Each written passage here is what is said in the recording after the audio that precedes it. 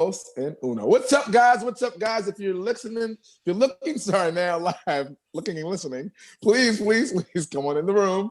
Come on in the room. You guys are in for a treat. Today's a special day. You know why? Because it's what? Monday. So what that happens on Monday, it's the Homos Talk Show, of course. And we're in the building as we always are, making it happen. So if you don't know who we are, please pay attention. If it's your first time in the room, you don't go nowhere because you're missing out if you do. So without further ado, ladies and gentlemen, we're going to intro who's going to be with us today. And starting with myself, of course, with my name is Troy Weeks Music, co-host for today, co-host of the Homos Talk Show. And I got on my polka dot and my stripes today. I'm making you feel a little wavy. Feel me? But outside of myself, who else we got in the building? Talk to me. We got JBX, Jonathan from the Bronx, baby. Woo woo in the building. Special guy, guys. That's my friend. He's awesome. He's a rapper. So shout out to John. Who else have we got in the building today? Y'all already know who it be. It's your girl, Yuri G. Just like that. Sitting, okay? Playing, sitting, okay? And of course, last but not least, special in the building. Who we got in the building today? Aaron Mack, and I'm moving to Ohio. That's why I'm here. Boss man moving on up. Boss man is moving on up, y'all. Oh, great. Big things, big and better things. So, ladies and gentlemen, before that, of course, I like to tell people where we're from and find out what people are. I'm your boy, Troy. I'm from Harlem, but I'm repping the Bronx now because I live in the Bronx now, y'all. Getting used to it.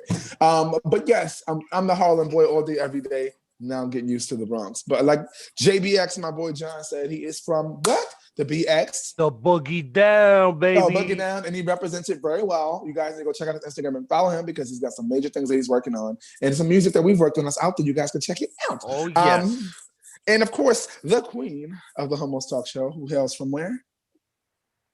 I reside in Atlanta, but I'm originally from North Carolina.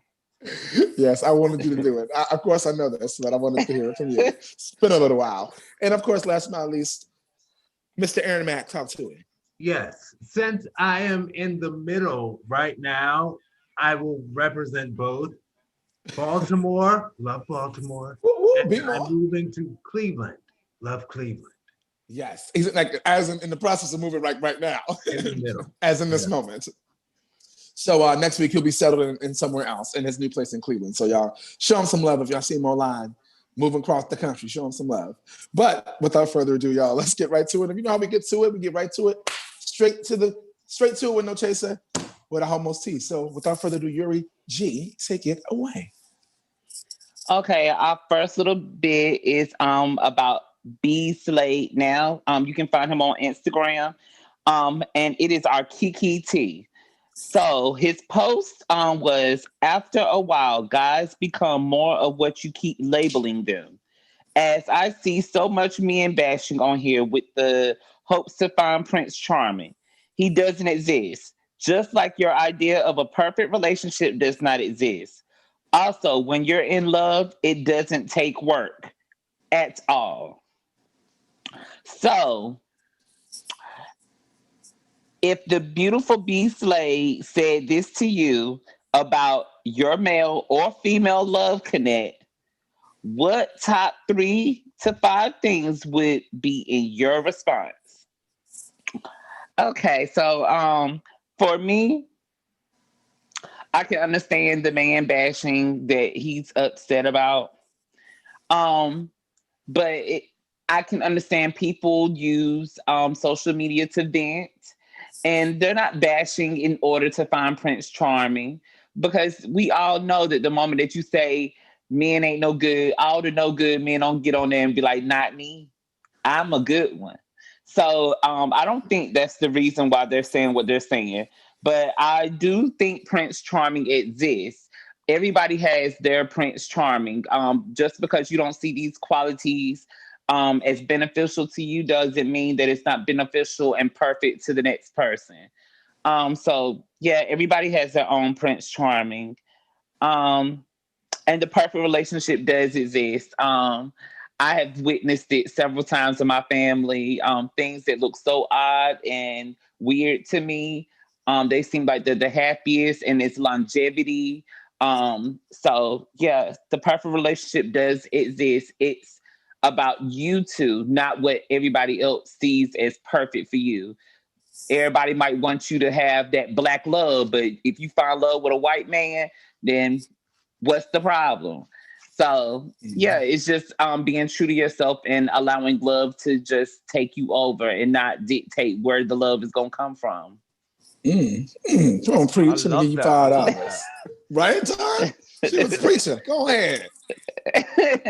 But I know Aaron is a love doctor. So what do you think, Aaron? Oh no, see, and I started to raise the roof, but I was like, oh no, she's gonna raise your hand. Yeah. But so my response to him, one, I do believe that,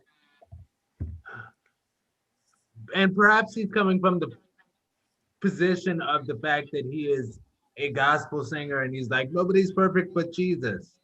And he might be coming from that position. Outside of that, I do think that there is such a thing as that ideal love, and you can find it. Perhaps the trouble is in thinking that there's only one, that match can only be found out of the billions of people in the world. There's only one person who will give you that match. I don't think that's necessarily true. I think that true love can be out there, and that leads me to the next point. It might take work, but that could be your Prince Charming. It can take work. And yeah, he said it doesn't exist. I do think it exists. It might take some work. And of the people who make it work, I'm sure they put in work. So it's not like the movies. It's not, but I do think it's out there. I haven't given up. Come on, friend, don't give up. And that was part of my answer. Don't you give up. Yes. I might as well go right here. I'm speaking. I'm sorry. I'm gonna go ahead. Right. Go ahead. I have something too. Don't forget me. No, we definitely won't forget you. We're gonna say the best for last. Don't you worry. So when it comes to this, I'm gonna break it down based on what he said. First and foremost, I'm gonna say, friend, have a drink, smoke some weed, chill out. It's not that deep. Like Yuri said, people want to vent online and do all that, but I feel like being a public figure, saying things like this, can be detrimental to somebody. Let's break it down. After a while, guys become more of what you keep labeling them. Start with that. Words are power, which is true. So if you begin to put something out there on someone, they can become that, but that's only if they receive that. You can call me a deadbeat dad. I know I ain't a deadbeat dad. All you want to. So I would never become that because that's not who I am. So it doesn't matter what you put out there, because words of power doesn't mean that. So I don't believe it. I don't agree with that because you have the power to make that change as a person. Two, I see so much of an bashing when it comes to with the hopes of finding a Prince Charming who doesn't exist. People only bashing and saying things because of how they feel in the moment. In this time, I got my Instagram. I'm gonna say how I feel. That's probably 9 times out of 10 how they really feel. But I do believe that Prince Charming, Princess Charming, or Princess Beautiful, whatever you want to call it, does exist for everyone. There is someone for everybody, but you have to be open-minded enough and willing to be able to accept that it might not be somebody that you've expected it to be. The issue is people tend to be this list of all they want, and 9 times out of 10, that's not what you get. So you get disappointed and feeling like you ain't finding what you want. But friend, what you need can be right in front of you. You just open your eyes and pay attention. You're too busy looking at the wrong thing instead of letting love find you. You're trying to find it. And when we try to find it on all these apps and all these other things, guess what? I'm not gonna say you can't find love on apps because I have, but you tend to have a problem if you don't know how to navigate. Last thing, just like your idea of a perfect relationship, it does not exist. No, one more thing after that. That's not true. In my opinion, perfect relationship, I'm not gonna say perfect relationship because nothing's perfect. Like he said, to me, I always tell people the only perfect person that walked this earth is Jesus Christ himself. Your first name ain't Jesus and your last name ain't Cristo. It ain't you. So none of us are perfect. So I don't believe in saying perfect relationship. That doesn't exist. But there is a healthy, loving, caring, nurturing, fun, and exciting, adventurous, all those adjectives you want to put in a relationship for you out there. If you are open enough to receive it and find someone that is just on the same wavelength that you are on to make it happen. And last but not least, also, when you're in love, it doesn't take work at all. Child, friend, you must not really been in love because if it take, you're gonna go through the fire, through the wind, you're gonna go through the wet. Love is not easy. It's not easy. It's gonna be some things you're gonna go through. Yeah. When you're in love, it shouldn't feel hard. It doesn't mean it ain't gonna take work. It shouldn't feel like you're working too hard, but it definitely should take some work. If it's that easy, ain't taking no work, you better check your pockets. You might be stealing your money and your dreams, okay? And so, yeah, that is my 5 cents on this topic. We're going to move it over to Jonathan since, I'm sorry taking over your relationship. Jonathan is so eager to talk about this, so I'm going to bring him in. Come on, Johnny. Based on what he Yuri said, sounded great up there. So, come on, Yuri. I would say in a relationship based on love, it does take work, and you and both spouses should build with each other's imperfections instead of bashing or judging or labeling them for someone else's mistake to you. So it's like, we're both in a relationship is two imperfect people refusing to give up on each other. Life presents challenges, you know what I'm saying? So there is no perfect relationship. But it's like, you ever heard that term, I'm not perfect, but I'm perfect for you? Mm-hmm. So OG, you got the OG lines. Come on. And it presents challenges, it's work, and together that strengthens you afterwards, like it lets you know, oh, this person got my back now, I see it now. And life is gonna present tests. It's the way we get through this is with love. Just remember that. All right, that's all I have. Sorry, I was trying to make it hard. Thank you. Oh yes, Yeah. Miss Yuri G, you got anything you want to wrap up with on this topic? Go ahead. Yeah. I think the imperfections are what makes it perfect. The imperfections is what keep the relationship not boring. If you had your favorite cake every day, it wouldn't be special anymore. So if you have those things that you have to go through, when you get that cake again, it tastes so much better. And that's why it's sweeter. So that's what makes it perfect. Like, what's beautiful is the imperfections that make it beautiful. Y'all, speaking of here today, we're on the first topic. What are we doing today? Maybe it's this week or maybe it's y'all. I don't know. But moving right along. Number 2 on the list today, something very important. I don't know if you guys have this app on your phone or maybe getting it. I'm going to give you some cautions. But anyway, Bluetooth contact tracing. And this is via CNN.com, okay? So there's a phone you can send an alert to. You can use your phone. It can send you alerts and let you know if you've been near someone who has been infected with the coronavirus, COVID-19. Okay? So this app doesn't use GPS or any other personal identifiable information, but with Bluetooth, your app will let you know if your phone has come in close quarters with the phone of someone who's tested positive for COVID-19. 15 states have already adopted this technology, and they say, what? It's good. Okay. So 2 rounds of questions on this. I need, for the first thing, it's going to be 3 to 5 desired benefits of having such an app. And where else could such technology help? Boom. All right, cool. So I'm going to go with my 3 to 5 benefits for myself to start out with of why this is a good thing.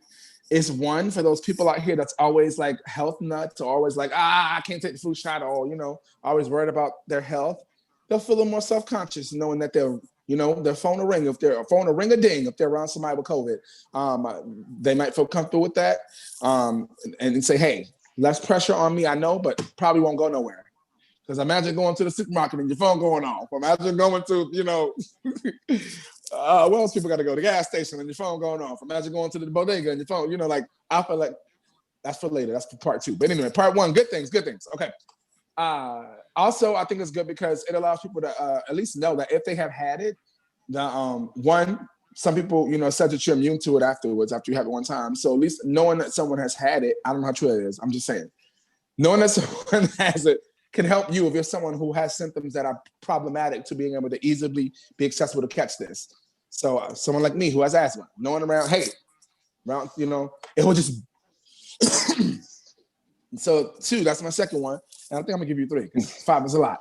The third thing I feel like and why it would be a good thing is because it actually will help you know the numbers of how many people really have it if it works. So, And so I guess keeping tally and track on who really has the COVID-19 virus, disease, not disease, it would help you understand. So those are my 3 things. I'm going to go to Ms. Yuri G on this one, and then we'll do part 2 after this. So part 1, oh wait, I forgot one more thing. Where else could such technology help?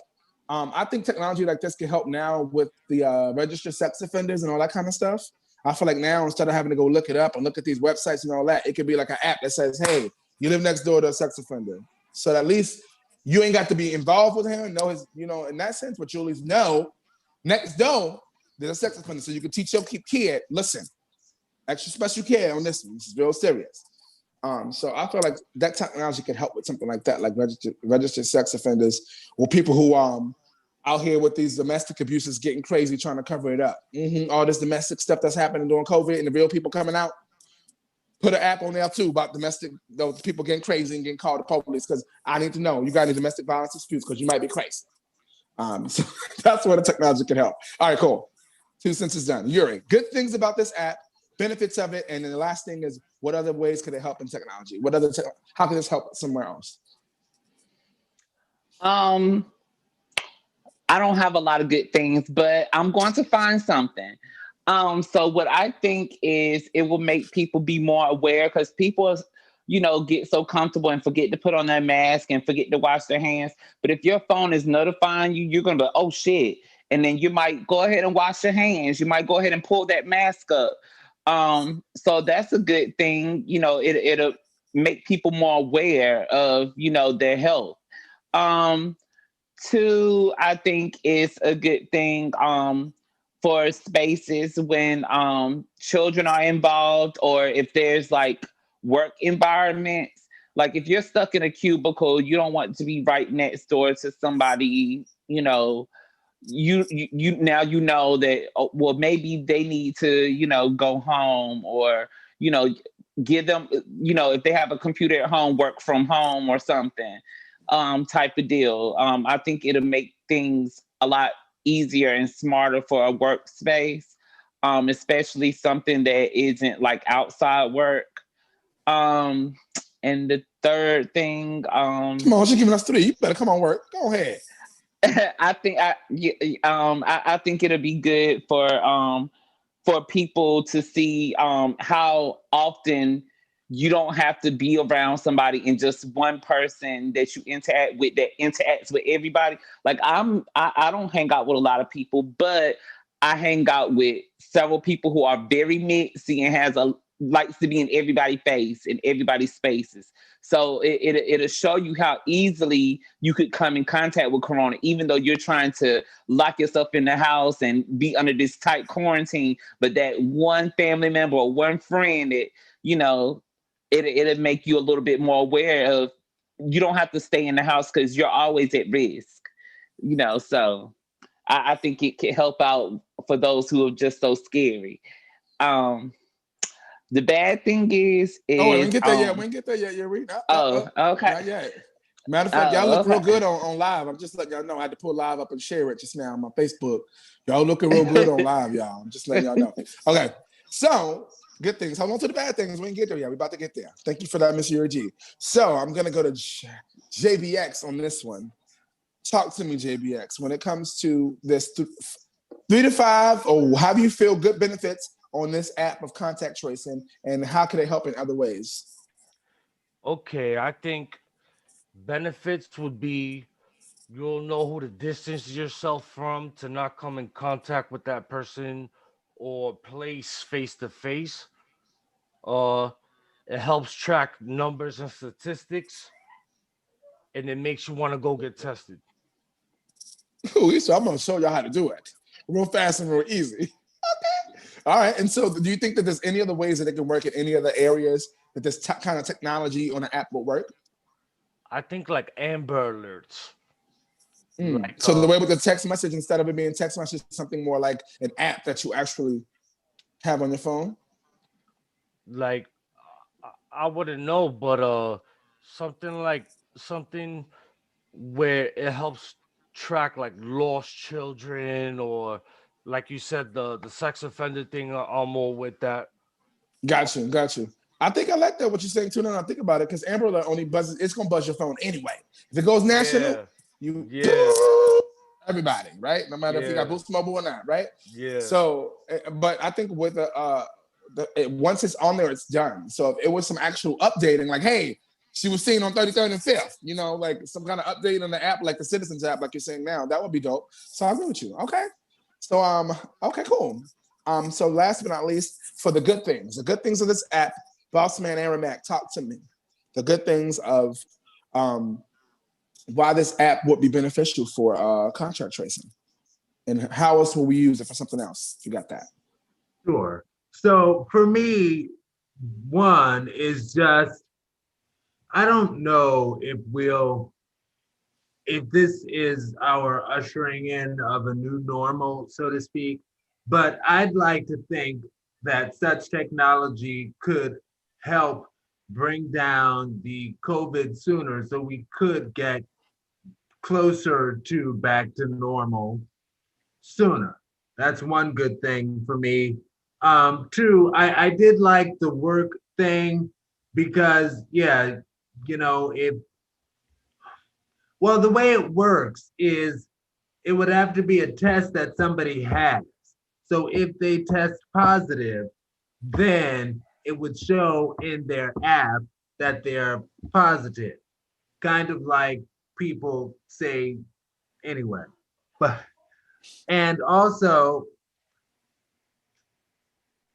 there can be good and bad in this, but for the good part, I'll say it'll let you know, like, hey, when I go to this certain area, my phone tends to go off more. So maybe there are more people who are more infected in this part of town or in this particular environment.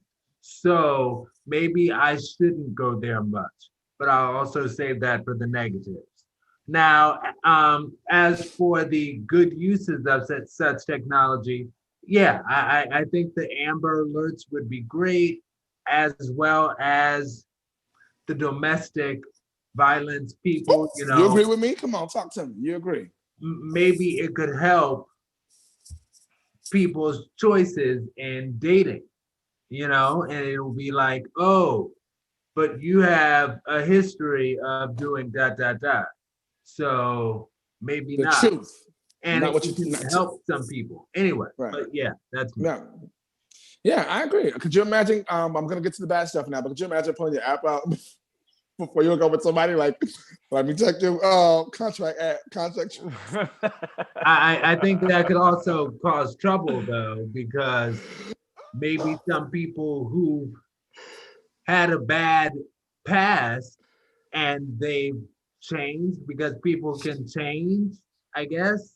I mean, you might see the year there. It might say from 1997. It might have been from the 90s, you know, but at least you know. Explain that. Crazy. Sorry. That's true. I mean, the thing is, when it comes to the domestic thing, I'm going to say that and move over, because once you get a domestic violence case on your record, it doesn't go away.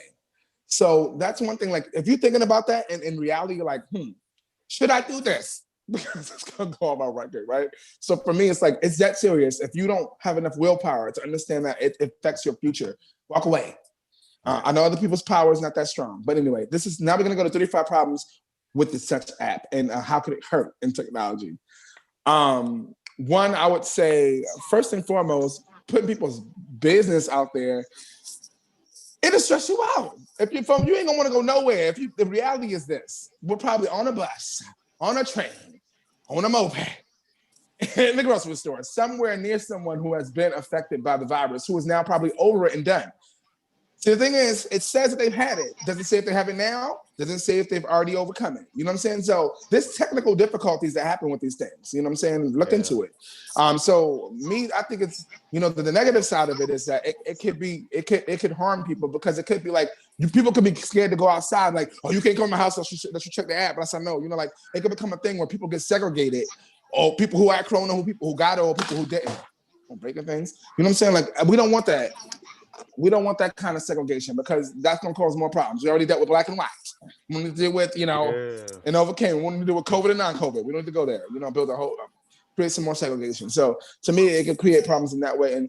And ultimately too, when you travel from anywhere outside of New York, they make you sign this paperwork and they start calling your phone and chasing after you and making your life hell for this fucking app and this shit. Stop it, okay? God damn it, shit. Like, we gotta do shit, we gotta live. You know what I'm saying? Like, I understand what you're trying to do, but if I go to the doctor and the doctor say, hey, you tested positive, get the information from them. Stop chasing after me because I took a flight to go see my daughter or go do something. Damn. Gotta fly in different places just to get in. People just fly in different places, doing all kinds of things to get on the system anyway. Y'all just causing too much problems with too much. And how I think it can hurt. This such app can hurt in technology. If it starts getting people's personal information, like if it starts telling you their race and their age and things like that. I think that if it starts, when you start targeting people based on that, like Facebook does and Instagram, all these things try to put things you like in your face. If you start using people's information to target them, then that's a problem. And I found out actually the other day, just so you guys know, the person who started all this, third-party information, getting your information and using it to make money was Mr. Amazon. Shout out to him, y'all, because this man took 20 years to be where he is. Yeah, but he figured it out. Okay. And now he went from, being a thousandaire, trying to figure it out, to a billionaire. Okay. One of the richest men on earth right now. And all because you can use people's information to get bigger. And that's how he started targeting people. You like thongs, you like sexy underwear, you like this, you like that. And he started putting it in your face. And now everybody does that to your ass. Started with Mr. Amazon. So shout out to him. But yeah, that's how I feel like it could hurt. So Miss Yuri G, talk to me. Bad things and how could it hurt? And how could technology hurt? I think this technology could hurt because if they do start using this in the workplace, because the laws aren't strong right now, that people could lose their way of living just because of what the app said. And a lot of companies aren't going to look for other ways, effective ways to keep you as an employee. They're going to just be like, or whatever, because you might spread it throughout the company and then everybody's going to have to take time off, or we're going to have to find solutions for everybody. So instead of having a situation where it might get spread throughout the company, let's just get rid of the problem. And really, most states you don't have to give a reason for terminating somebody. They might pull something up from your record from like a year ago and be like, we just had to reconsider, So it's like, I think that's a bad thing. Another thing is the whole segregation. Like, I feel like it'll be a whole new form of discrimination. Like, you keep them sick people over there or whatever. And I think it's already hard enough, with people who aren't educated on, how about disease or anything. Like, I see so many people who have never been tested before get so upset about, somebody that's HIV positive drinking out of their cup, and it's like, girl. Yeah. Like, girl, like, y'all need. That's I remember back in the day when that was a thing, yeah. So I think that's just a lot or whatever. Discrimination and one more thing. Let me see. Jesus. I had so many, but then you took them. Teamwork, baby. Teamwork. Shoot. I guess the other bad thing would be I don't have anything else. I'm not even gonna be able to. That's okay. Anything you think the technology would hurt, like for having this technology, like any else, where else could such technology hurt? Sorry, you said it right. I think I think it also could be a problem because just like a lot of these apps and websites or whatever, the update of information isn't always accurate. Like, I know with sex offenders, like when I moved into my house, it said that I had 3 sex offenders in my neighborhood and they no longer even reside here. And it's like, how often they're gonna update, who's updating it, and all of those things. So I think that could also be a problem because it'll make people treat people differently, or make issues when there's no reason because they don't have accurate information. You're right about that. Ignorance is a big problem on what causes a lot of problems and things. We just don't understand and don't know. So get educated on something before you start talking shit. But yes, thank you, Mr. Yuri G. I throw that in there. All right, JBX, tell me 3 problems with such an app, and where else could this such technology hurt? Okay, I would say it can cause racial profiling and labeling of people. So then they start saying, "Oh, the blacks or the Latinos got it the most," or and it's crazy that what's going on with this world right now. More of that would just like not bring peace at all. So another way that is bad is like Yuri said, the numbers probably won't be accurate due to rising numbers as well. They're rising every day. So like, yesterday it said 2,000 people had it or whatever. Now today, like 6 or something got it. Mm-hmm. My third reason would be it gives more ability to the government to track us and have more control over us. Boom, that part. Don't you know already? Like they just want to take over all the time.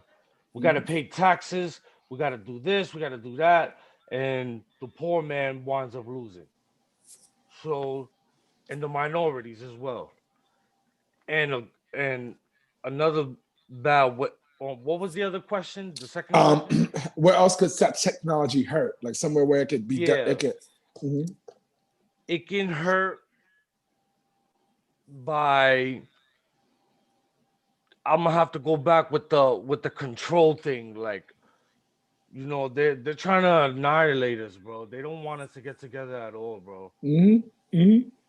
Like, if we're just numbers.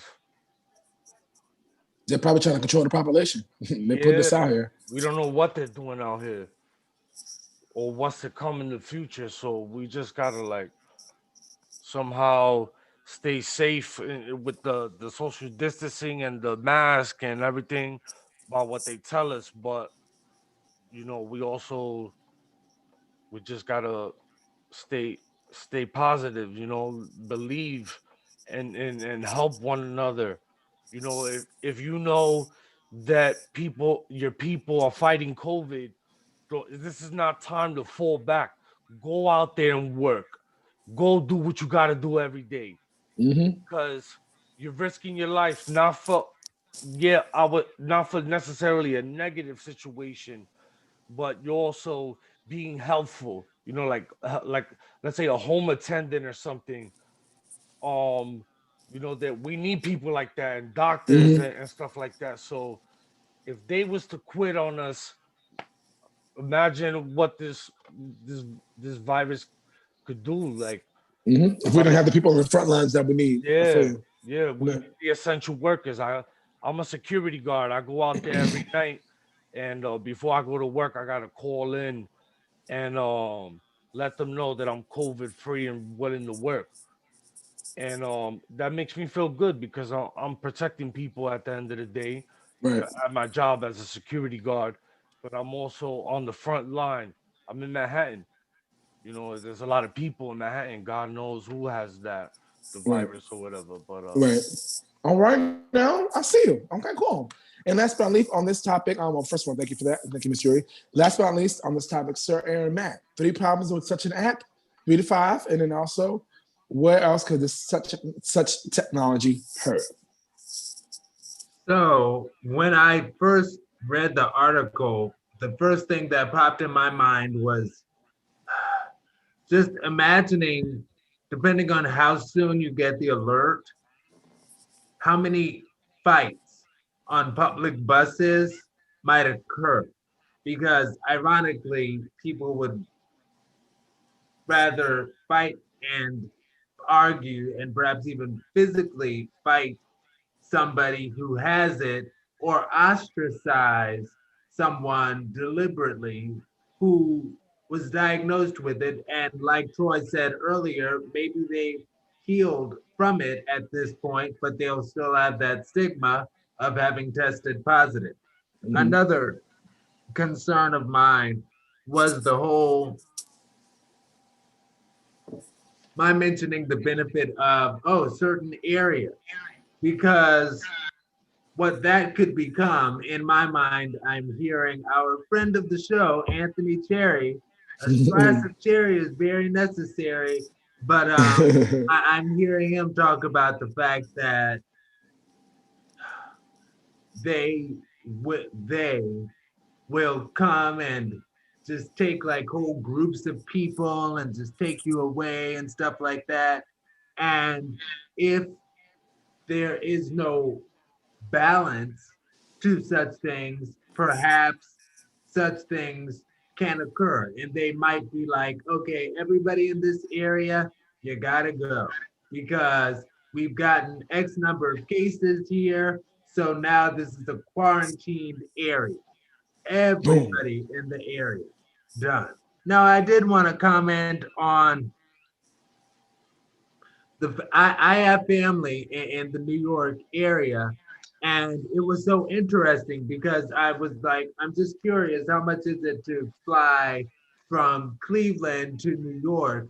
And Southwest was straight up like, we're not flying into New York because of COVID. I'm like, what? But What?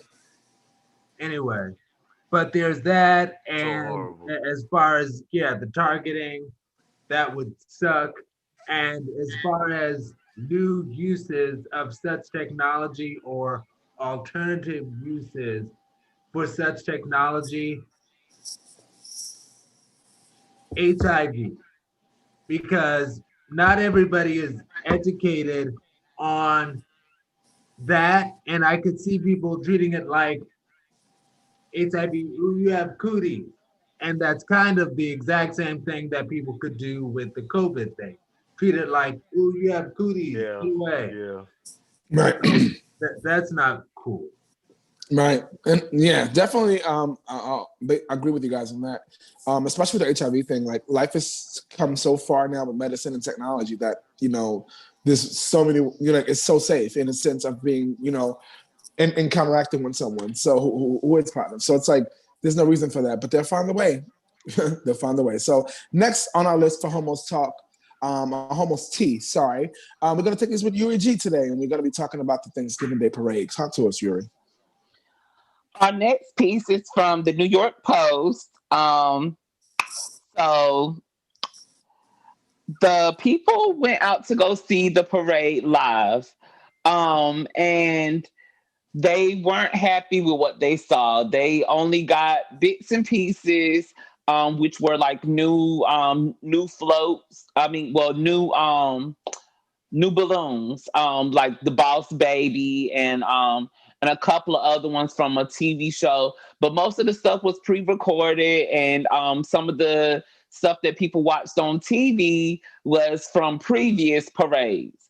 So the people came out to try to get some of that live action and was disappointed and wish they had stayed home. But for a few people who did stay home, in their tweets, they said that they were not happy because it was a crap load of commercials. So just to go ahead and get into it. Okay, so Aaron Mack is from New Orleans, and all of his teen years, marching bands and parades were a big thing. Aaron played the saxophone in marching band. COVID-19 is changing things.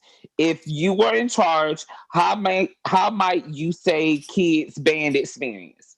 Okay, so I'm gonna just speak about New York.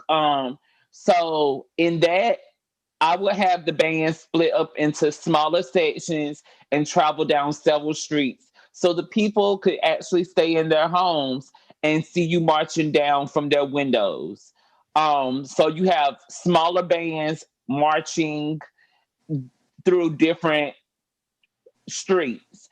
or whatever.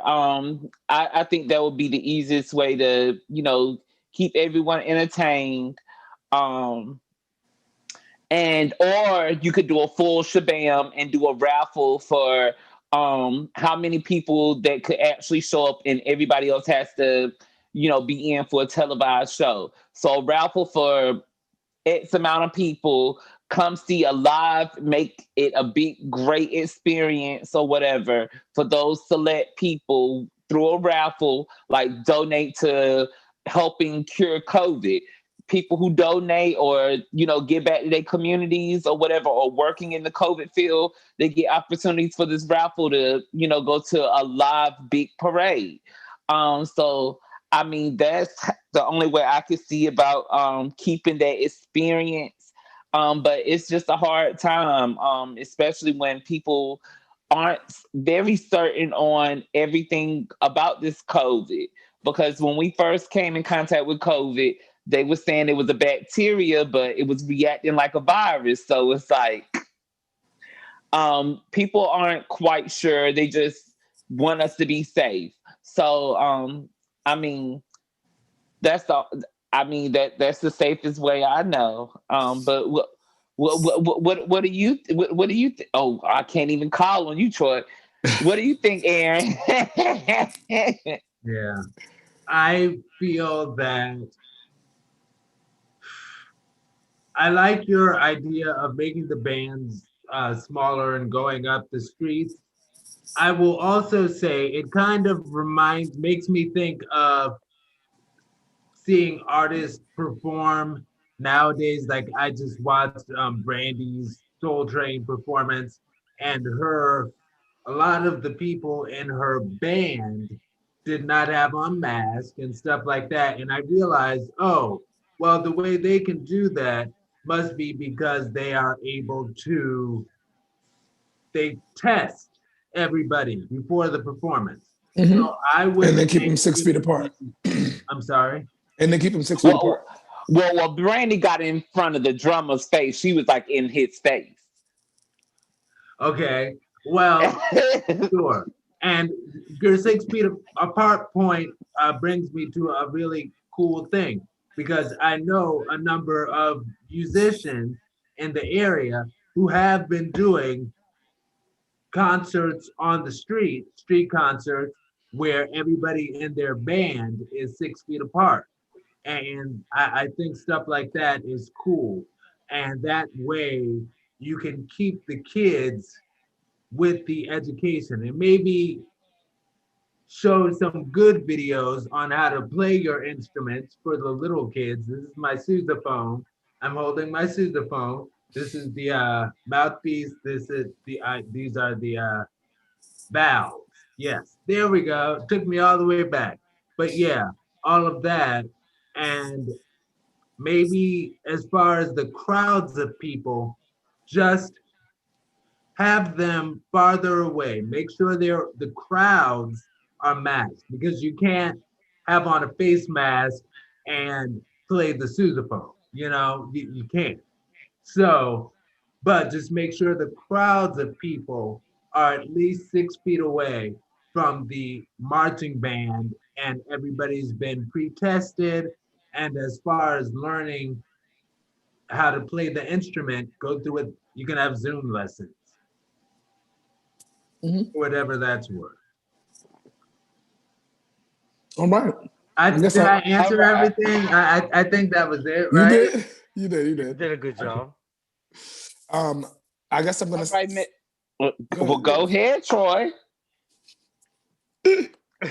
Welcome back, Yuri. I feel like it could have used a studio. There's a tons of studios downtown in the city, in Manhattan. MTV and all these little talk shows, whatever. They could have did a couple live bands in different studios by themselves in the studio, just to get that live band performance experience. Because you don't want to. It's like I tried the band for a little while, but music is my thing as far as singing. So I went back to the chorus and stayed there, but I feel like the live experience of it is what's important. Like, especially now, come on, if they can do VMAs and all these other shows virtually, why can't we just have a virtual experience in a good way? Pay the band to come in, slide them in like I used to do, Ain't like y'all ain't got the money. Y'all been, hello. Put them up in the studio and have a couple of different bands. Use it, right. Put the bands in a couple of different studios and have maybe 3 or 4 bands come and bring them in and still have the experience of it and have it like a virtual award show, but instead of an award show, have it a virtual Thanksgiving parade. Like, but what about the marching? They march themselves in through the studio, into the thing, right to the camera. That's it. I mean, at the end of the day, it's still a marching band. Just because they didn't march in, don't take away from them being a marching band. Just, we all know it's COVID. You know what I'm saying? We know that they can't, march right now. But I feel like if you take some of those people, the 12 people that went to the parade, right? If you would have took those 12 people and let them stay socially distanced and watch the band perform or watch Patty perform or something like that, versus, to me, just make the whole thing sort of virtual and invite some people in. Like, it's just pointless at this point to have a parade that's not going to give you the same experience it's given you for years. Like, why? You know what I'm saying? Like, even the people that was at home was mad. Everybody was mad. Like, everyone's mad. Like, so one good virtual performance experience could have solved all of this. That's my opinion. You could have had somebody with the good cameras walk by, the 12 floats on one street. Hey, this is the one float. You walk, 3 blocks with that one float. Take a video of it. 3 blocks with the next float. Virtual experience right now. Everything's virtual. So that's my 2 cents. Sorry about that. All right, Mr. JB. JBX, right? JBX, yeah. You ain't got to tell me. You know what? I should have just said John. I should have just. Okay. Either one is cool. But, damn. You're awesome, Yuri. You're cool. You're cool, man. I would say, like, that guys practically took a lot of answers I wanted to say. But the social distancing, let them. I mean, look at Bad Bunny this year. He came out during COVID on the low, didn't let nobody know he was in the Bronx or in Manhattan, and he had like a bus that looked like a train, and he was performing for free, and it was just him. So, like, if I guess there was a drive or whatever, but this was like, it was blocking traffic and everything. This was crazy. But wait, you're talking about Bad Bunny? Yeah, Bad Bunny, the reggaeton, the Spanish trap rapper. That's dope.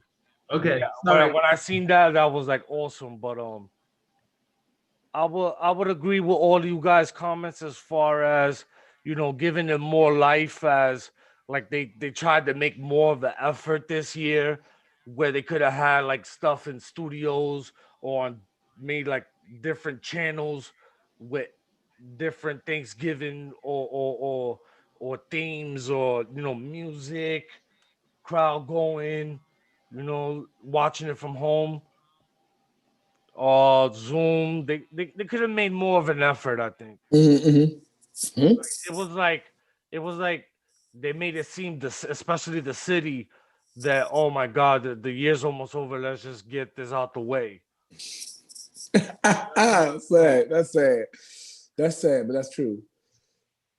Since we're talking about COVID-19, I want to bring up something really fast. This came in from Bloomberg.com. I need y'all to hear this, okay? Moderna Inc. requested clearance for coronavirus vaccine in the U.S. after a new analysis showed the vaccine was highly effective in preventing COVID-19 with no serious safety problems. Spokesperson said in a text message on Monday that the application for the emergency use for authorization for its COVID shot has been delivered to the U.S. Food and Drug Administration. Earlier, the company said in a statement that it could seek clearance as far as Monday. Y'all, they're trying to get these vaccines out here. Y'all better be paying attention. They're working on vaccines for the COVID-19. They're trying to mark us at the mark of the beast, y'all. Pay attention. I'm sorry, I just had to say that. That just came across the screen and that just disturbed me. These vaccines and what they're trying to do. Flu shot is one thing. All right, cool. So let's go to the last topic right now, which is our of Homos Tea, which is from thesun.com, y'all. Y'all don't usually hear things like this now. Kids getting arrested for not wanting to go home to their other parent. We don't usually hear about these things on TV or in public. But America's Got Talent kid musicians Caden and Brooklyn were arrested for refusing to go and be with their mom when they've been with their dad for months. We call this that's not home. So the first and foremost, why the fuck is Nick Cannon's photograph all over this article as if he has something to do with the rest of these 13 and 15-year-old teens? Did y'all see that? I'm just saying, did y'all see Nick Cannon's face? It's right there like he was in the clickbait. I think it's a bit of clickbait. They wanted people to click on it. Or they be like, oh, Nick Cannon was involved. And then they gag when, oh, it's the kids. All right. That sounds about right. That sounds about right, right? So, question is this. Kids were arrested for refusing to go back to living with their mom. They wanted to stay with their dad. I'm going to insert myself here and tell you, after reading the article, the reason they didn't want to go with their mama is because they felt they were afraid. The daughter was afraid, Miss Lady, whatever her name is, the young lady, Miss Brooklyn was afraid. And the brother was like, all right, cool, I'm with it. They want to go be with their mama. If the officer feels that it's best for the safety of the kids, might arresting them be the best choice? Why or why not?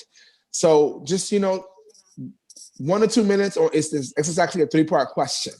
So I'm going to start with this first question and get through it real fast. My answer to this is this.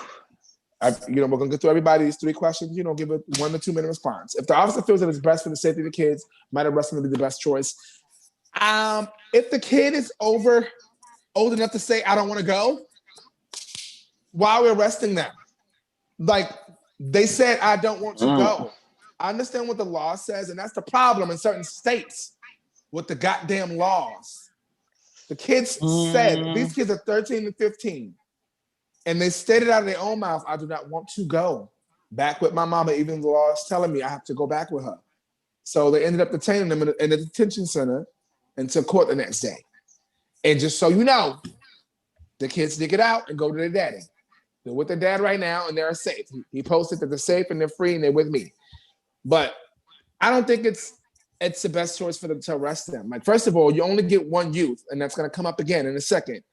Why are you going to put these kids through the traumatic stress of putting them in handcuffs and doing all that when they just don't want to? Like, you're saying, take me back to my abuse. I'm taking you back to your abusing. You're like, I don't want to go back to my abuser. Now you're going to handcuff me and take me to jail because I don't want to go back to my abuser. I'm not saying she abused them. I didn't say that. I just said that they were afraid of her. So, I don't think it's the right choice to ever arrest a kid. I was arrested one time, and it was like, I was like, how this happened? But even in that, I was a Spofford kid. Go ahead. So go ahead. First of all, go ahead, JBX. Give your opinion on this. Well, just talk about it. Overall, because kids end up in detention, and especially how they ended up in detention. Thank God it was only for a night. But do you feel it's the best interest of the heart to arrest a kid when they don't want to go back to the other parent? That's the question. It depends. It depends. Because I mean, if the parent, the current parent in the situation that's got custody, the mother, if she was abusive or has a record or something like that, then they could, bring social services in. But that don't mean they need to lock the kids up. But if it's for safety, as far as like they want to go with the dad, but maybe the dad wasn't like financially straight, or he was a drug addict or something like that, he'd have to prove himself. So I would say just use social services, not lock the kids up. I mean that messes with their mental as they grow older, and like you're already causing enough damage by not like trying to help. You're just really just like, let me get this over with and lock them up. I gotta go home to my kids. Yes, thank you. Yes, go ahead, Yuri G. I was getting ready to get to you. Go ahead, talk to me. What? I feel like it was the right call. And I'm so sorry because I know people are going to feel a way about it. But I feel like with our culture right now, if that had been Black kids and they hadn't had that celebrity, it would have been the same situation. So let's be fair, because it's been an ongoing custody battle. And if the father felt like the mother was unsafe, he should have put that in the records for the court to consider. And she would have never had gotten that, and they would have asked for a statement from the kids. But it seems like they were all silent, and they were just trying to go off of whatever materials they already had submitted to the court. But I'm almost certain that the court would have ruled in his favor if he would have just said she's unfit, she's not safe, she's abusive. If they're making the kids go there, it's because that information wasn't presented to a judge before the court. And this has been going on for years. So it's like, it's kind of his fault, and it's the kids' fault as well. I can understand not wanting to badmouth a parent, but if you know that this is going to be the reason that determines where you're going to stay, because most of the time, the court rules for you to be with your mother because of her maternal instincts. So they should speak up, and he should provide the information. So yeah, send their ass on so they know that they need to open their mouth. And if you resisting arrest and you're not following orders that's been ordered by the court, yes, you need consequences, because anybody else would have consequences. And that's the problem. People get their celebrity or the color of their skin, and they feel like they're entitled. Like people. And it's no shade. A lot of lighter colored people and white people can get into officer spaces and be like, you don't tell me what to do. But if you look like Kodak Black, they drawing a gun on you. So, so yeah, I think it's fair, and they just should have provided the proper information. Okay. All right now. Okay, nothing wrong with that. All right, and last but not least, before we get to our main topic of the night, Sir Aaron Mack, talk to me. Oh, well, I think it's an awkward situation all the way around. As far as them waiting to get like such paperwork and sending them back to the mom temporarily until they find out something, one thing that pops into my mind, a song that I used to love back in school, by Martina McBride, called Concrete Angel, where the mother was so abusive that eventually she killed the little daughter. And if people are afraid of stuff like that, I get it, but maybe it's something else going on. I don't like kids being arrested. I remember one time speaking with a friend of mine about a kid being arrested, and my friend, and I was like, it's so horrible. I can't believe kids could actually go to jail. And he's like, some kids do some effed up it. So it's like, oh, well, I guess. But as far as that's concerned, them being arrested, it was, as long as it doesn't go on their record or anything like that, or shows that they've ever been civilly disobedient or whatever, then they were probably treated with the utmost of care. Hopefully. I don't know. Again, it's a tough situation, and I don't think kids should go to jail, but I don't know. All right now. Well, ladies and gentlemen, I don't know. Leaving it at that, I don't know. Next topic. Next topic. Well, ladies and gentlemen, and that's going to end our Homos Tea for today. So thank you guys for tuning in and being a part of that. We're going to read the questions again real fast. So if you want to weigh in on what we do, and you guys can let us know in the comments below. Before we can do any of that, we don't even have to. Sorry. No, just go right to the main topic. Yeah. Okay, cool. Go ahead. I'm turning off the live. See you later, live. See you later, live. Oh, listen, let's do it. Awesome. Straight to the point.